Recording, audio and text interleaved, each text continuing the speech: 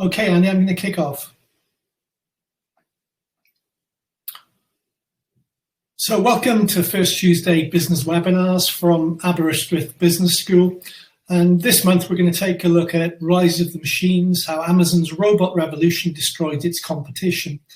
Importantly, when we refer to robots here, it could be algorithms, it could be automated mechanistic processes. But the bottom line is that we're removing humans from the actual supply chain. So Amazon has provided companies it competes with the ultimate innovator's dilemma.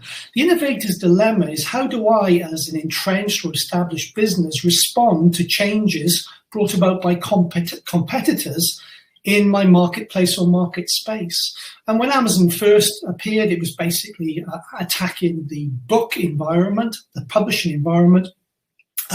But now it's pretty much endemic and pretty much impacts the whole retail environment. And here's an example. This is John Lewis. This is news from about 2 weeks ago. And if we look at the central paragraph, the retailer wants to become less reliant on shops to make money by moving into affordable housing, financial services, and garden centres. It wants almost half of its profits to come from non-retail by 2030. And if you remember Ansoff and his quadrants, that's a diversification strategy, which really tells you that they've given up. They've recognized that the innovators actually changed the environment so fundamentally that they are actually planning on leaving that environment because they're no longer competitive in that environment. So we have to accept that businesses evolve because of consumer demand. Organizations respond to what consumers want. Sometimes that's defined by entrepreneurs and innovators. Sometimes it's actually controlled by the market leaders within that industry. But the consumer defines what success is for the business. Ultimately, companies just provide what we want as consumers, because if we spend our money with them, then they grow and they develop further. So what we're going to do in this webinars, we're going to look at selection, speed, savings, and we're going to take a look at how Amazon is leveraging technology, machines, and robots in helping with their selection, speed, and saving. And this is a chart which is provided by Statista, and it's looking at what attributes consumers of Amazon find really important. And blue is centennial, so anybody under the age of 20 is a centennial. Millennial, black, baby boomer, somebody sort of my sort of age, maybe a bit older, would be red. And you can see that people go to Amazon because of the savings they make, because of the shipping, the selection, and the convenience. So there are attributes here which are fundamental. Basically, what it tells you is that Jeff Bezos' original strategy from 1994 maps very strongly to why people are using Amazon in 2020. So to be able to ace selection, speed, and saving means that we have to have a flexible, responsible, and dependable supply management structure. And Amazon's advantage here is that it built this from the ground up to be a web commerce or an e-tail operation. If you compare that with John Lewis or Walmart, for example, in North America, then they've had to change and modify their supply chain management structures to enter the e-tail or e-commerce market.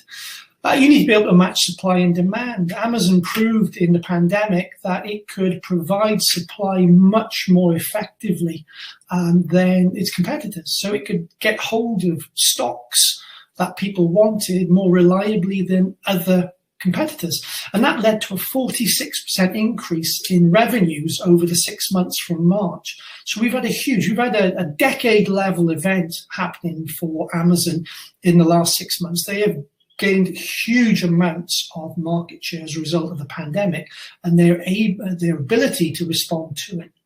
Obviously, this needs to manage inventory management, and Amazon does this by this concept of continuous disruption and innovation.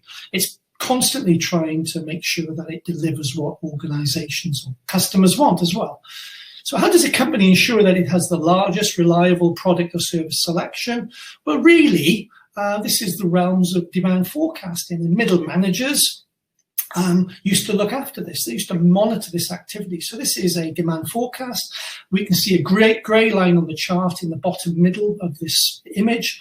And we can see a blue line. The grey line is actual. The blue line is the model to see how accurate the model is. And that red line and those green lines and dots are actually the forecast. And this would allow us to determine what sort of demand would be required by our audiences. And middle managers would be monitoring this, making sure that for 100 or 300 stock keeping units or SKUs, they had the sufficient number of stock in for the next 3 or 6 month cycle. That's problematic when you're Tesco, because Tesco stocks 90,000 SKUs. But realistically, for something like Amazon, it's particularly problematic because middle managers can't manage this type of level of granular data. Why? Because Amazon stocks over 12 million products. Its selection is 12 million plus products. By comparison, Tesco is 0.75% of the size of Amazon selection, products for sale. So Amazon does this because basically on the back end, it's built algorithms, it's built data rivers, data pools, data flows, and data marts and warehouses that allow them to aggregate all this information and to manipulate it using machine algorithms and machine learning to provide Amazon forecasts. Now, this is an example that Amazon sells to other companies. So Amazon would sell this capability to Netflix, for example, because Amazon does this very effectively, and its automated forecasting is seamless. Well, if you can control 12 million products, then dealing with a company that delivers 500 products is probably going to be really easy for it, isn't it? If you want to know more about this, just click on that link later on.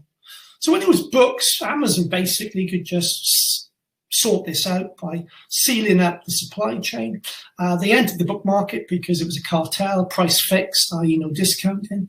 But Amazon is much more than books in 2020. Books account for 7% or approximately $5.5 billion in 2019 of their revenue.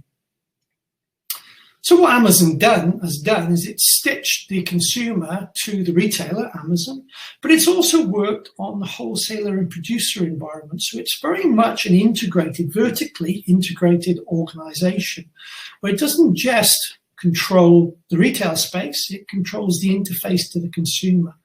And this is what this diagram says. The customer comes to Amazon. 80% of all purchase searches in North America are done through Amazon first. So prices are checked on Amazon before they use Google. So Amazon owns the customer. If Amazon has stock selection in its warehouses, it will fulfill it directly to the customer from its own warehouse. If it doesn't, it will work with third-party and partner intermediaries or wholesalers. It will pass the order through to those wholesalers, intermediaries, and that will then be delivered to the customer from Amazon, not from the intermediary, okay? It's an Amazon interface. Amazon owns the distribution. If the wholesaler intermediary doesn't have it, then the manufacturer or publisher will also have access from Amazon and will deliver just in time to the customer.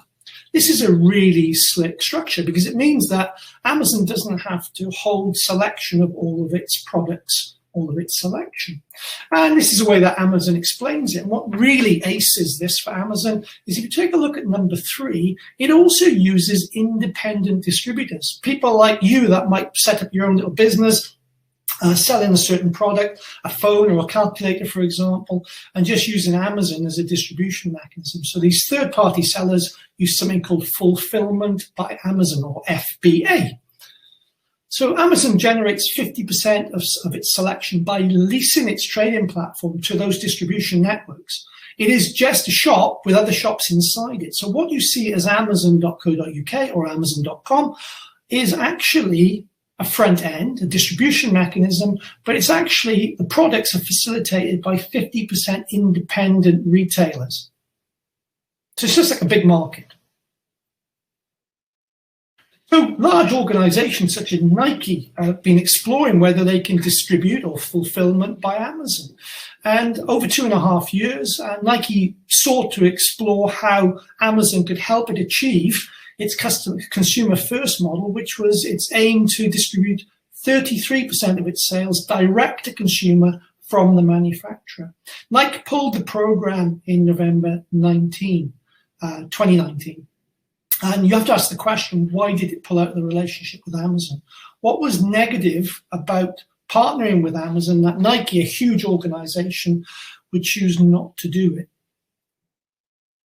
So we've been talking about fulfillment by Amazon, and how does it provide such an extensive selection? Well, because it maps organizations, wholesalers, manufacturers into the Amazon ecosystem. And it does this through FBA, and that allows you to offer prime eligibility, which is a loyalty scheme. Win the buy box. Well, if I'm selling Samsung S9 or S10 phones, you could have 5, 10, 15, or even 20 different people on Amazon offering the Samsung S10. So it will allow you, Amazon will allow you to win the buy box if you offer your product at the cheapest price for its consumers. So it's shortening your margins and maximizing its effectiveness as being the saving center. And they say you sell it, we deliver it. And this fulfillment by Amazon is actually quite useful for small businesses, because it means that the supply chain from the consumer purchase onwards is dealt with by a large organization. So Amazon works out what to stock, where to increase its selection by manipulating these data warehouses, these data marts, and these data rhythms into automated, algorithmically machine intelligence controlled logic data flows. There aren't people being involved with this, okay? This is all done by machines. Amazon has improved via algorithms that evaluate experience based on user preferences, behavioral patterns, including where you shopped before you got to Amazon and where you went after you visited Amazon, forming models and behavioral segmentation capabilities. And they do this by creating maps. So these are cluster maps, and this is basically looking at behavior. So F could be a map where Ian lives in. So they know what my behaviors are. They know what my attributes are important to me. They know how I engage with that business. So they can market to me in a much more effective manner. So that isn't a geographical map. That's a data map that's allowing them to explore the many millions of customers that they have in a more focused and generalizable manner.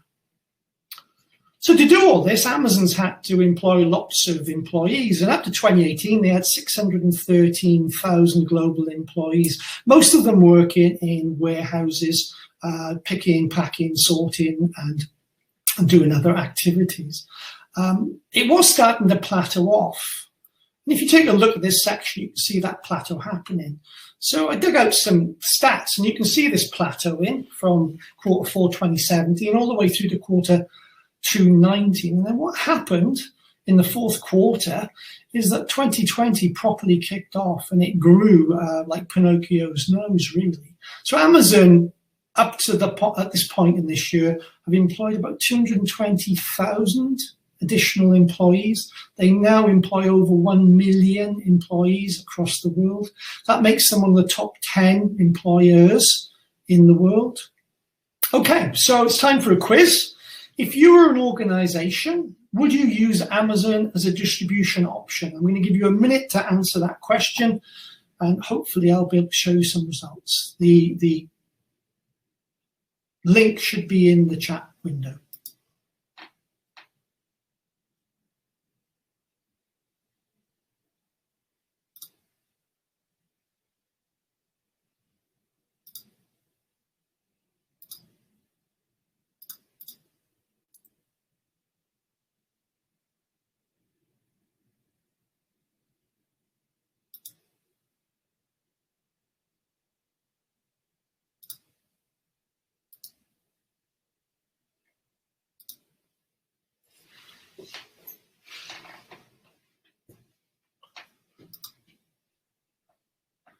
Okay, so the results have started coming in. I can't show them to you because I think you're looking at a slightly different screen. But the majority of you are saying that that's good. Amazon does the heavy lifting. For some of my product or service, this would work. There is a problem with this. The last one option you had, hang on, this service costs 30% of revenue. When you think about that in real terms, lots of organizations work on very narrow margins. 7 or 8% margin would be kind of what an organization was working on. So if you're happy to give Amazon 30% of your revenue, the selling price of the product, not your profit, then immediately you have some fundamental problem with your profitability. Okay, so lesson 1 was selection. How do they create selection? Lesson 2 is speed. We're going to explore speed through 2 lenses. We're going to look at warehouse speed and we're going to look at delivery speed, okay? So warehouse speed is achieved by repetitive process-defined roles. Within Amazon warehouse, most jobs are stowers. So stowers are the people who take the wholesale quantities and put them in storage compartments so that when a customer makes an order, they can be picked. Pickers wander around the warehouse, running around the warehouse actually, or using some sort of vehicle to move them around more quickly, collecting some of this pre-existing stored material.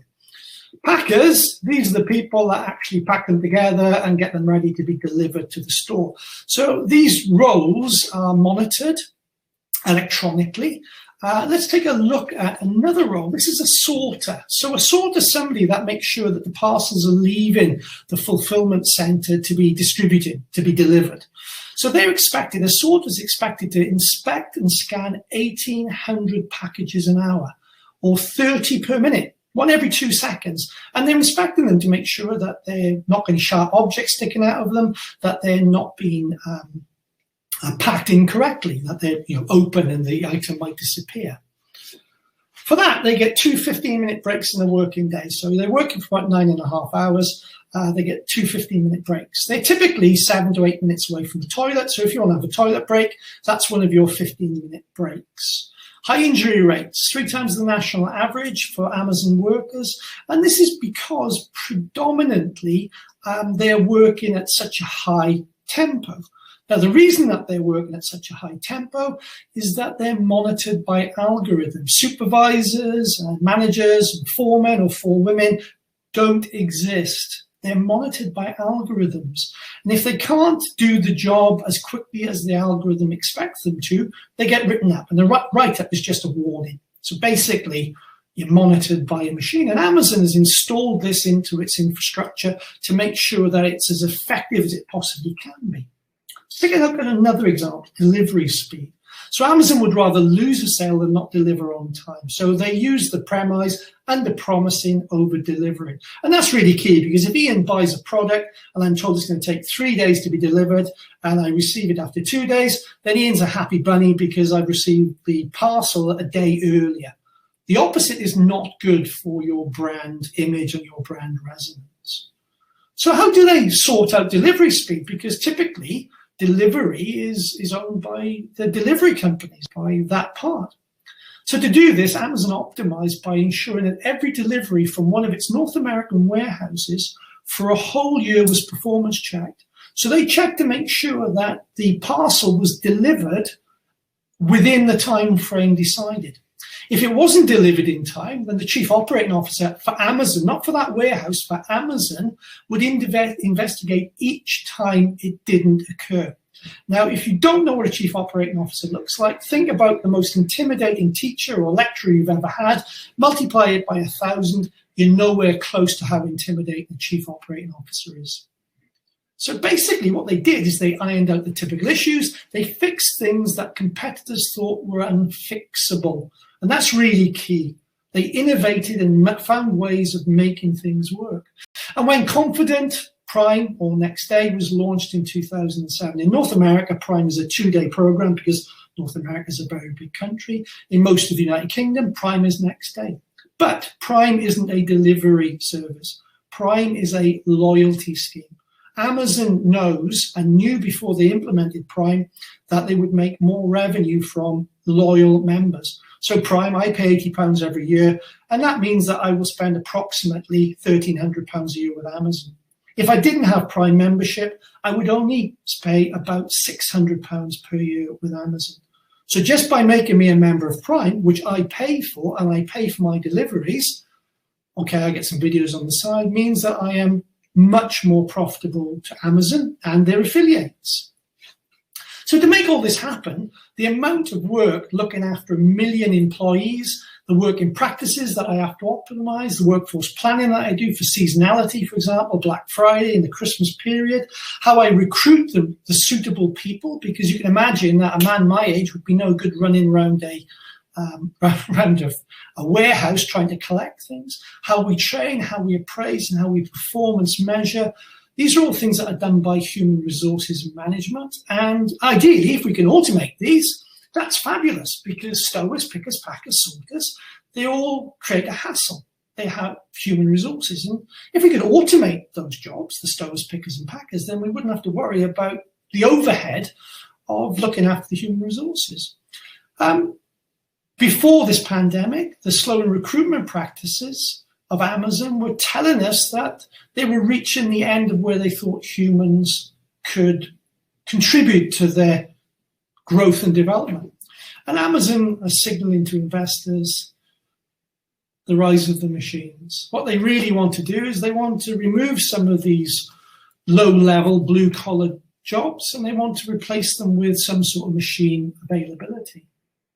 And we're not talking about a Cylon, although realistically, what they're suggesting is equally intimidating. We're not thinking about a machine that can translate 6 million different languages like C3PO.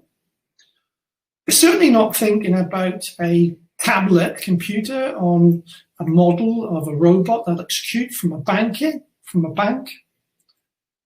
But we are looking at stuff like this. This is Fluffy Ford. This is a Boston Dynamics robot that went around a Ford manufacturing facility trying to optimize the workflow, to lean the environment to make them more productive. Ford also did this. This is a Ford delivery drone. It's a little bit worrying. There are equivalents of this currently in Milton Keynes, but they look much more like the Ocado version I'm going to show you now. I would find that quite intimidating if that was popping up to my door to deliver. This is what Amazon robots look like. The warehouse is no longer fixed warehouse shelves. The warehouse is mobile, and those orange objects at the bottom, they're robots. And those robots are following tracks in the floor of the warehouse to take their products to the right picker. Sorry, going the wrong way. And this is a picker, and that picker is actually having the objects, the commodities, the SKUs delivered to him so that he can pick them ready for packing. Now, the interesting thing is that yellow line there, if that picker steps over that yellow line, he's immediately fired, because those robots have no idea that he is on that floor. They don't sense. And those robots weigh about 3 tons. So he's going to be hit by the equivalent of a car at about 10, 15 miles an hour. It's not going to end well. So this isn't the only way we do this. This is Ocado. Ocado used to work with Waitrose. They're now working very closely with Marks and Spencer's, the most rich UK grocery service provider. And this is how they do it.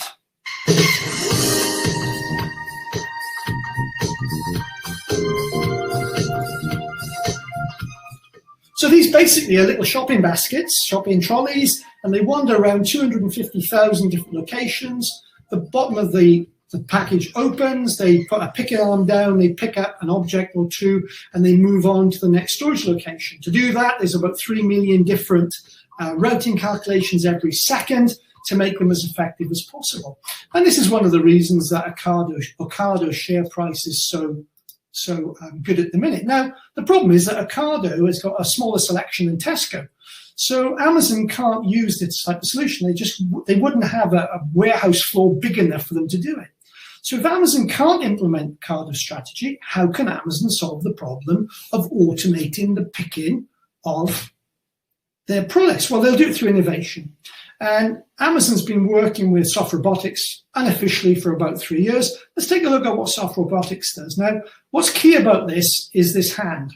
This hand is known as an octopus hand, and it overcomes the biggest difficulty that robotics has, i.e. the human hand is an incredibly complex object that's very difficult to monitor and model.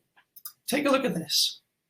Picking tomatoes, moving very fragile objects from a conveyor belt into boxes. And you can see that the accuracy of this is really key. The next sort of section will really identify how flexible this is. These are objects of different textures, different slipperinesses, different sizes, different shapes, and you can see that they're being picked up and not destroyed by that claw as they're moved into that box. So this is a particularly slick piece of technology. And you can see how Amazon might be able to use this. You all know how slippery chicken is. No issues at all for this. Okay, so it's time for a poll again. I bet you can't guess where this poll's going. If you go to the box, I'll give you some of the results in real time, I hope.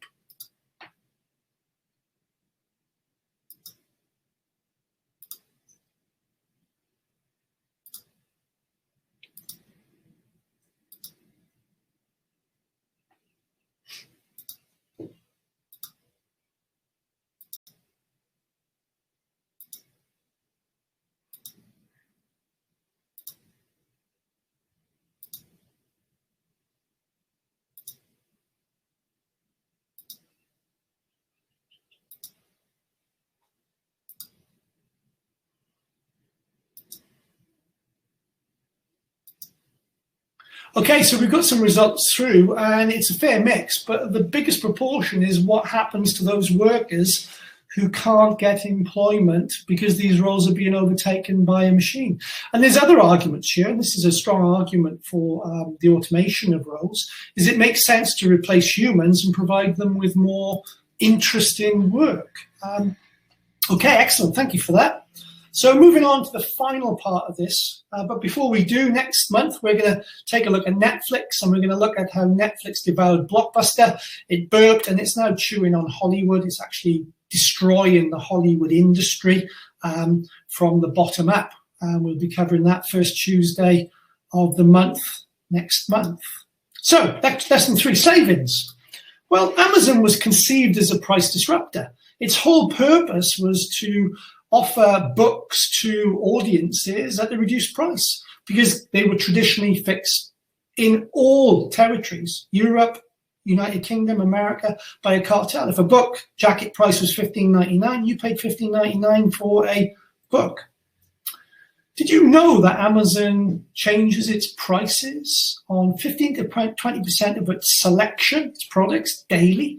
So up to 3 million products have their prices changed daily. And they do this by having an algorithm that looks at the supply, the demand, and competitive monitoring. So they're constantly monitoring and manipulating pricing. So this is an example from my basket. The top item is a present that I'm considering for my son. It's in my basket. The price has increased from £102 to £110, but all the others there, the prices have decreased. So these prices are dynamic. They go up, they go down, depending on a myriad of different things. Also, they run something called a price perception strategy. What they intend to do is make sure that their big ticket items are highly competitive. So if I'm the supplier and I'm using Amazon as my distribution, and I want to sell notebook computers, if I want to get a buy box, i.e. if I want to be served in the Amazon results for a notebook computer from Apple or some other supplier, then I have to make sure that my prices are flexible and that Amazon can modify my prices to make them competitive. But what they do is they make sure that any peripherals that you buy with your notebook, when they're offered to you at the point of sale, they are more expensive than if you search for them separately on Amazon, and they are much more expensive than other environments. So price perception, you think they're cheap, but they make profit from other areas. Seasonal pricing. They've created a sales event in the summer. It's called Prime Day. It's now a Prime Week, typically. This year it was a Prime 2 days because of the pandemic. But they've also introduced early Black Friday prices. Typically that's the last Friday in November. It's called Black Friday because that was the days when retailers went from making a loss to making a profit. But Prime Day typically has lower prices than Black Friday. They also do bundling and recommendations, what are known as on-sells and cross-sells, and they'll even use sponsored listings here, so where they don't want to give the buy box to a supplier, they will sell them sponsored listings. So that instead of Ian spending £102 or £103 on the socket set, I'm now thinking about spending £127. If that's being delivered or supplied by different companies, Amazon will be making a minimum 30% margin on somebody else's sales, just for providing that particular capability. So if we look at this algorithmically, it looks at supply demand, it looks at competitors, it looks at seasonal event pricing, it's got a price perception strategy, it bundles and does deals, it brings in independent traders to do marketplace pricing. This all leads to dynamic pricing, which leads to a growing customer base. As soon as my customer base grows, I get larger scale, I get better economics, I can charge lower prices for the organizations that supply directly to me as Amazon. I'm getting more user data, I'm learning. It all becomes this positive feedback loop. Similarly, the way that Amazon is structured is beneficial. So if I am a retail, I need 2.5 full-time equivalents to generate 1 million in revenue. So I need 2.5 full-time resources, people, to create 1 million. For the e-commerce environment, typically needs 1.5 million. If I can remove some of those pickers, packers, sorters, then that 1.5 FTE becomes 1.2 FTE. Now, just using the e-commerce model, Tesco would generate £145 million profit annually just by moving to distribution distally. Now, they can't do that. Obviously, they have to have their shops where people will visit. But it gives you some idea that Amazon also gets the benefit that it doesn't have to have shops in prime real estate. It can put its shops on the intersections of major motorways on brownfield sites where the rent and the rates are much, much lower for the equivalent space being leased. Okay, time for the final poll. Good luck, and let's see what the results say from this one.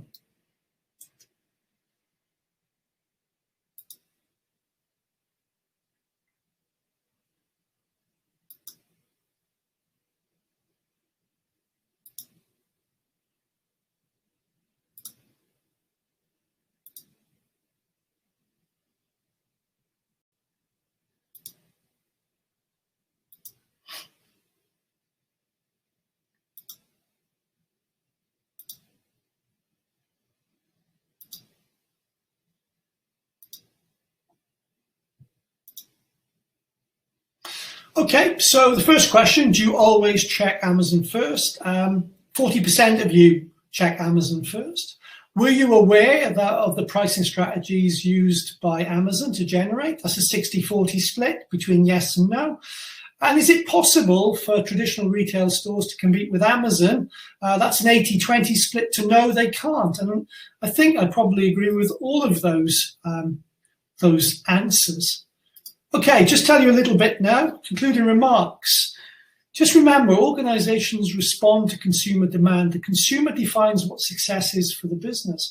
And as soon as the company creates habitual behaviors, then they become very successful. And Prime is an example of a habitual behavior supported by some sort of wrapper element of benefits. Ultimately, companies provide what we want as consumers and the way that we want them. And that has huge impacts on our social infrastructures. Welcome to our future, the rise of the machines. So just a few things about Aberystwyth Business School. The webinar basically was highlighting some degree highlights. Today we looked at business economics. We touched upon business strategy, supply and customer chain. There was also elements of marketing and brand management in there. That was obviously done at a very superficial level, but all of those areas would be taught to you in a degree scheme. The blue box outlines the programs that are most directly associated with this content: business economics, business finance, business management. And similarly, if you look at the box on the right-hand side, digital marketing and marketing would have a large impact into how consumers perceive things and how organisations market value to organisations.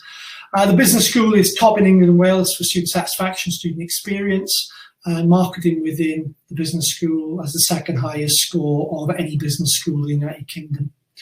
Thank you very much for your time. Look forward to seeing you next month for First Tuesday, where we explore Netflix and its devouring of Blockbuster, and what's happening now, it's having a nibble on Hollywood. Thank you very much.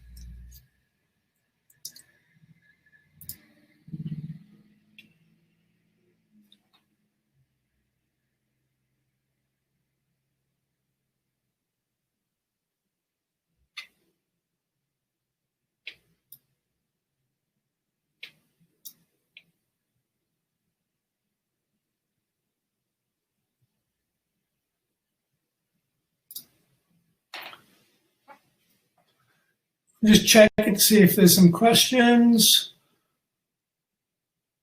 No, just some thank yous. Thank you ever so much, and I will see you next month, I hope. Thank you.